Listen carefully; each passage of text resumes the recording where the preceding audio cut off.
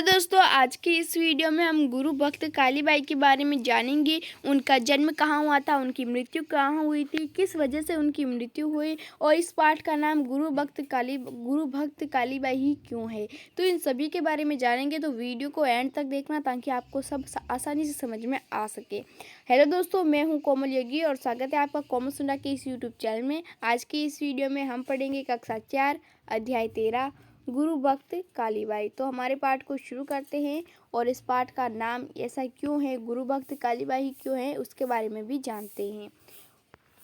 आदिवासियों का गढ़ है दक्षिणी राजस्थान।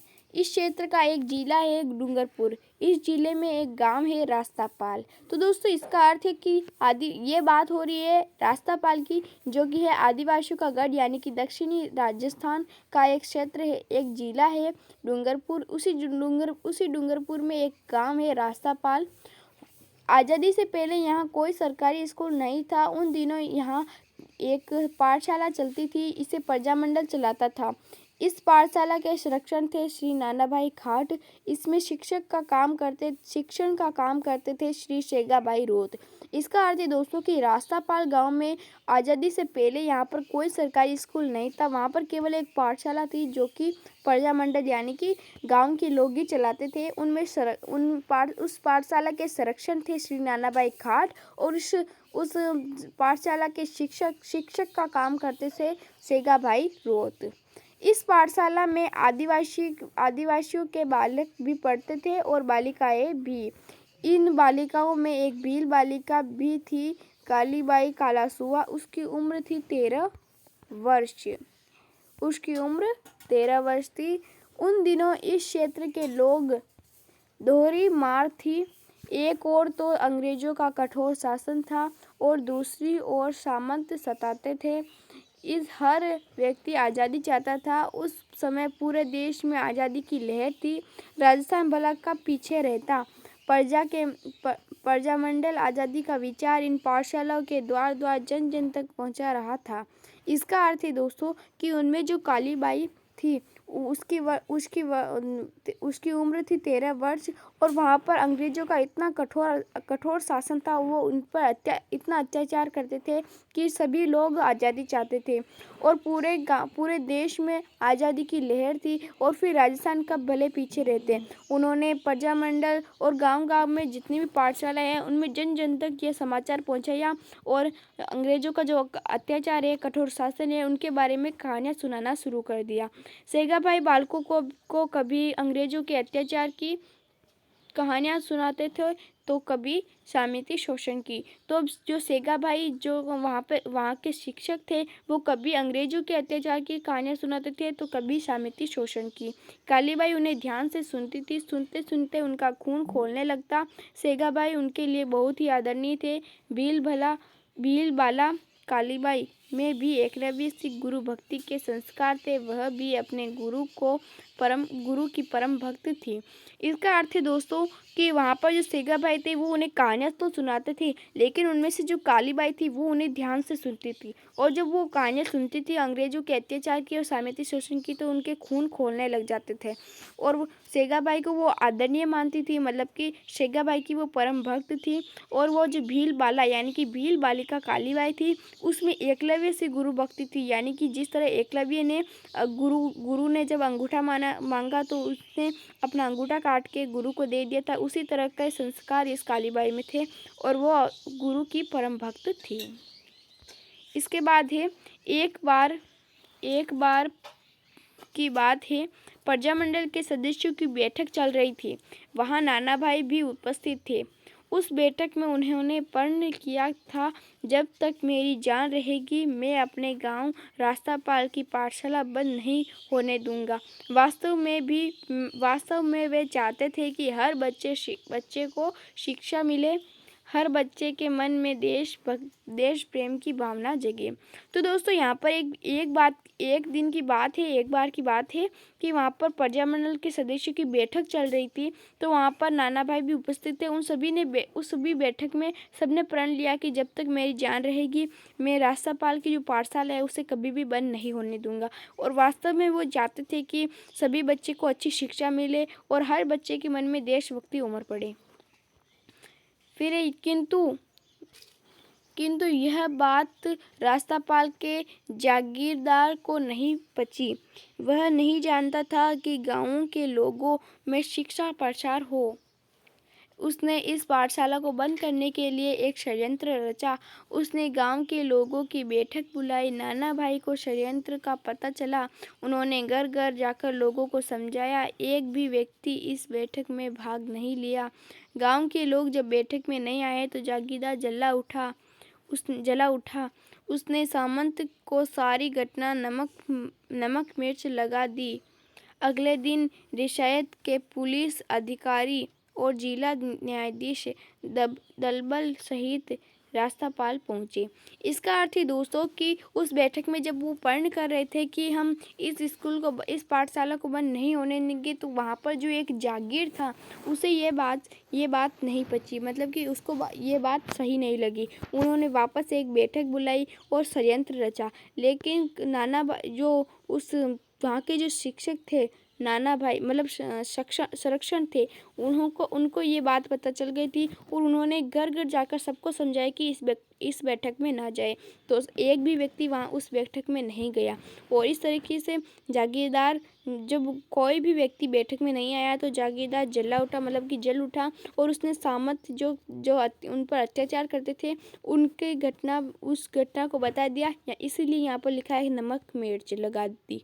तो यहाँ पर उनको सभी बात बता दी। तो अगले ही दिन वहाँ पर पुलिस, न्यायाधीश सहित सब लोग वहाँ पर रास्तापाल में पहुँचे। 19 जून 1947 का दिन था। रास्तापाल की पाठशाला के बाहर एक ट्रक आकर रुका। कालीबाई उस समय खेत पर गई हुई थी। पाठशाला में सेगा भाई और नाना भाई दोनों ही उपस्थित थे। इसका अर्थ है दोस्तों कि 19 जून 1947 का दिन था। रास्तापाल में पाठशाला के बाहर एक ट्रक आकर रुका और उस समय कालीबाई खेत में गई हुई थी। पाठशाला में सेगा भाई और नाना भाई उपस्थित थे। जिला न्यायाधीश ने सेगाबाई से कहा, पाठशाला बंद करो और चाबी हमको दो। इस पर सेगाबाई ने नम्रता से कहा, न्यायाधीश महोदय, आप तो न्याय करते हैं। हम आपके काम को ही तो कर रहे हैं। बालकों को शिक्षा देना तो राज्य का काम है। आप उसे भी बंद करवाना चाहते हैं, यह तो कोई न्याय की बात नहीं है। जिला न्यायाधीश का उत्तर सुनकर आग बबूला हो गए और बोले, तुम मुझे न्याय सिखा रहे हो? छोटे मुंह बड़ी बात करते हो। सिपाहियों, इसे ट्रक से बांध कर घसीटो।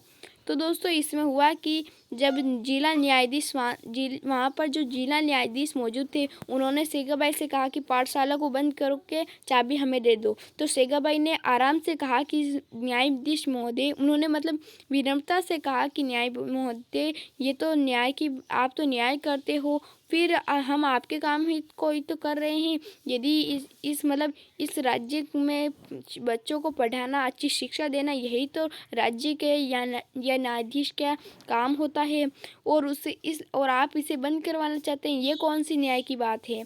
तब जिला न्यायाधीश ये बात सुनकर आग बबूला हो उठा, मतलब कि उसे क्रोध आ गया और वो बोला कि तुम मुझे न्याय सिखा रहे हो, छोटा मुंह बड़ी बात कर रहे हो। सिपाहियों, इसे ट्रक से बांध दो। तो उन्होंने ट्रक से बांध दिया। इधर वही बात पुलिस अधिकारी ने भी सेगाबाई से कही। इस पर नाना भाई, मतलब कि अब यही बात नाना भाई से कही। ये तो सेगाबाई को तो उस ट्रक से बांध दिया, लेकिन अब नाना भाई से कहा कि ये सभी कर दो। तो हाथ जोड़कर बोले, साहब, इस पाठशाला को प्रजा के आदेश से चल रही है। आपके आदेश से तो नहीं। आप इसे बंद क्यों करवाते हो? हमें पाठशाला चलाने दीजिए, इससे तो बालकों को ही भला होगा। पुलिस अधिकारियों ऐसा उत्तर कैसे सहन करता? उसके क्रोध का संगर उमड़ पड़ा। फिर क्या था, उसका संकेत पाते ही सिपाही सेगाबाई पर टूट पड़े। उन्होंने थप्पड़ों, घूंसों, डंडों और बंदूकों के खूंदों से नाना भाई जानकर जमकर पिटाई की। वे बुरी तरह घायल हो गए। इसी बीच सेगाबाई को ट्रक से बांधकर घसीटा जाने लगा। नाना भाई ने यह नहीं देखा गया। वे नाना भाई को बचाना चाहते थे। घायल अवस्था में भी वे खड़े होकर दौड़ने लगे। उन पर एक सिपाही ने जोर से बंदूक कूदा दी। बंदूक दे मारा। नाना भाई धड़ाम से गिर पड़े। ऐसे गिरे कि फिर कभी उठ नहीं पाए। तो दोस्तों यहाँ पर हुआ कि जब नाना भाई से ये बात कही गई तो उन्होंने भी यही कहा कि ये स्कूल तो हम गांव के लोग चलाते हैं, प्रजामंडल चलाते हैं, इसमें आपको तो कोई परेशानी नहीं है, फिर आप क्यों इस स्कूल को बंद कराना चाहते हो। तो सिपाहियों को, पुलिस अधिकारियों को भी ये बात नहीं पची। उन्होंने सभी लोगों को, मतलब सभी पुलिस वाले थे, वो सभी मिलकर कभी उनको भूसा मार के, कभी लकड़ियों से मार के, कभी डंडों से मारते और कभी बंदूकों से मार कर उन्हें बुरी तरह घायल कर दिया। और जब उस सेगाबाई को ट्रक के पीछे बांधकर घसीटा जा रहा था तो वो नाना भाई उसे देख नहीं पाए। वो भले ही घायल थे लेकिन फिर भी वो उठे और उन्हें बचाने के लिए आगे बढ़े। तब एक सिपाही था जिसने जोर से उन्हें बंदूक मार दिया और नाना भाई धड़ाम से गिर पड़े और वहाँ से कभी भी वापस नहीं उठ पाए। मतलब कि वो उसी समय वहाँ पर उनका देहांत हो गया। सेगाबाई को ट्रक से बांधकर घसीटा जा रहा था। पाठशाला के बाहर गांव के स्त्री पुरुष भीड़ जमा हो गई, किंतु किसमें हिम्मत थी सेगाबाई को बचाने की। कालीबाई उस समय खेत से आ रही थी। उसके सिर पर घास का गठर था। हाथ में थी हंसिया। हंसिया का मतलब हाथ में थी दांतली, ठीक है, मतलब कि जिससे चारा काटते हैं, घास काटते हैं। अपने गुरुजी को इस हालत में देखकर उसकी भौहें तन गई। उससे रहा नहीं गया। उसने आम देखा न ताव घास का गठर वहीं जमीन पर फेंक दिया। उसने ललकार कर कहा, ठहरो, मेरे गुरुजी को इस तरह घसीट कर कहाँ ले जा रहे हो। यह कहते हुए वह बिजली की तरह ट्रक की तरफ लपकी। उसने ट्रक से बंधी हुई रस्सी को हंसिया से एक झटके में काट दिया। उसके गुरुजी मौत के मुंह में जाने से बच गए, किंतु अफसोस सिपाहियों ने कालीबाई का गोलियों से भून दिया। तो दोस्तों इसका अर्थ है कि जब सेगाबाई को ट्रक से घसीटा जा रहा था तो नाना भाई को तो वहाँ पर उन्होंने उन बंदूकों से मार दिया था। उनमें से जो एक सिपाही था उसने नाना भाई को मार दिया था। अब सेगाबाई के आसपास बहुत सारी स्त्री पुरुष की भीड़ जमा हो गई थी, लेकिन किसी में भी हिम्मत नहीं थी कि सेगाबाई को बचा सके, वो भी अंग्रेजों से। तो वहाँ से ही कालीबाई आ रही थी खेत से। उनके सिर के ऊपर गठर था और हाथ में हंसिया थी, जिससे कि घास काटते हैं उसे हंसिया कहते हैं। और वो अपने गुरुजी को ट्रक से बंधा हुआ, मतलब कि इस हालत में देखकर उनकी मतलब भौहें तन गई और उनसे रहा नहीं गया। उन्होंने कुछ भी नहीं देखा और सीधा गठर जमीन पर फेंक दिया और उन्हें ललकार कर कहा, ठहरो, मेरे गुरुजी को कहाँ घसीट कर ले जा रहे हो। यह कहते हुए उसने बिजली की तरह, मतलब कि दौड़ कर आकर ट्रक से जो रस्सी बंधी हुई थी उसे काट दिया। मतलब वहाँ ट्रक की ओर लपकी और फिर उसने रस्सी को काट दिया। उसके गुरुजी के मुंह में मौत जाने से बच गए, मतलब कि उसके गुरु मरते मरते बच गए। किंतु अफसोस ये था कि यह सब करते हुए सिपाहियों ने कालीबाई को गोलियों से भून दिया, यानी कि गोलियां चला दी कालीबाई पर। उसे बचाने के लिए कुछ औरतें भाग कर आई। उन पर निर्मम पुलिस ने गोलियां बरसाई। अब दोस्तों जब कालीबाई पर गोलियां भून रही थी तो बहुत सारी औरतें भी आगे आई, लेकिन उनमें से जो एक निर्मम पुलिस था उसने उन पर गोलियां बरसा दी। ये यहाँ पर लिखा हुआ है, पुलिस ने गोलियां बरसाई। एक तरफ नाना भाई का शव पड़ा था तो और दूसरी तरफ लहू के थकथक कालीबाई। फिर क्या था, अरावली की पहाड़ियों में भीलों के मारू ढोल का मामती स्वर गूंज उठा। देखते ही देखते हजारों भील रास्तापाल में एकत्रित हो गए। विकट स्थिति को समझकर नाना भाई के हत्यारे भाग खड़े हुए। इसका अर्थ ही दोस्तों कि जब वहाँ पर काली बाई को गोलियों से भून दिया गया तो एक तरफ तो था नाना भाई का शव और दूसरी तरफ खून से लथपथ काली बाई। तो वहाँ पर फिर क्या था, अरावली की जो पहाड़ियाँ है उसमें भीलों के मारू ढोल के मामती स्वर गूंज उठा और देखते ही देखते हजारों भील रास्तापाल में एकत्रित हो गए। और विकट स्थिति को समझकर, मतलब कि ऐसी स्थिति को समझकर वो जो अंग्रेज थे, वो जो नाना भाई के हत्यारे थे, वो सभी वहाँ से भाग गए। फिर यहाँ पर एक काली बाई को डूंगरपुर के अस्पताल में भर्ती करवाया गया। वहाँ 40 घंटे बेहोश रहने के बाद उस वीर बाला ने दम तोड़ दिया। काली बाई तो शहीद हो गए, किंतु उसने अपने गुरुजी को बचा लिया। एक नन्ही ज्योति असमय बुझ गई, लेकिन हजारों दिलों में उसकी आज़ादी की अलख जगा गई। इसका अर्थ है दोस्तों कि काली बाई को डूंगरपुर के जो अस्पताल है वहाँ पर भर्ती करवाया गया और 40 घंटे तक वो बेहोश रही। लेकिन उसके बाद वो जो वीर बालिका थी उसने वहाँ पर दम तोड़ दिया। काली बाई तो शहीद हो गई, लेकिन उसने अपने गुरुजी को बचा लिया। और एक जो नन्ही ज्योति थी, मतलब एक छोटी सी बालिका थी, वो मतलब उसका समय नहीं था मरने का, लेकिन फिर भी वो असमय बुझ गई। मतलब ये एक ज्योति थी जो असमय बुझ गई, लेकिन हजारों दिलों में आज़ादी की अलख जगा गई। मतलब कि हजारों दिलों में उन्होंने जिस तरीके से वो शहीद हुई, उसके लिए सभी आज़ादी के लिए उन्होंने ऐसा सब किया, इसी कारण सभी के दिलों में आज़ादी की झलक उमड़ पड़ी, आज़ादी के लिए प्रेम उमड़ पड़ा। तो दोस्तों इसी कारण यहाँ पर सेगा भाई, मतलब कि उनके गुरुजी की जान बचाने के लिए वो खुद वहाँ पर शहीद हो गई थी। इसीलिए इस पाठ का नाम गुरु भक्त कालीबाई था, यानी कि उसके गुरु को बचाने के लिए उसके नाम के आगे गुरु भक्त जुड़ा।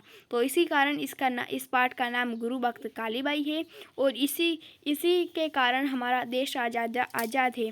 तो उम्मीद करती हूँ कि ये पाठ आपको दिल को छुआ होगा। यदि वीडियो अच्छा लगे तो लाइक करें और ये पाठ हमारे यहीं पर समाप्त होता है। वीडियो अच्छा लगे तो लाइक करें, शेयर करें। हाँ, चैनल पर नए हैं तो सब्सक्राइब करना बिल्कुल भी न भूलें। धन्यवाद, आपका दिन शुभ रहे। मिलते हैं अगले वीडियो में इस पाठ के प्रश्न अभ्यासों के साथ। दोस्तों यदि इसी तरह की प्यारी सी कहानियाँ सुनने के लिए हमारे चैनल को सब्सक्राइब करना बिल्कुल भी न भूलना। धन्यवाद, आपका दिन शुभ रहे। इसी तरह मुस्कुराते रहो, हंसते रहो, हंसाते रहो, पढ़ते रहो और आगे बढ़ते रहो।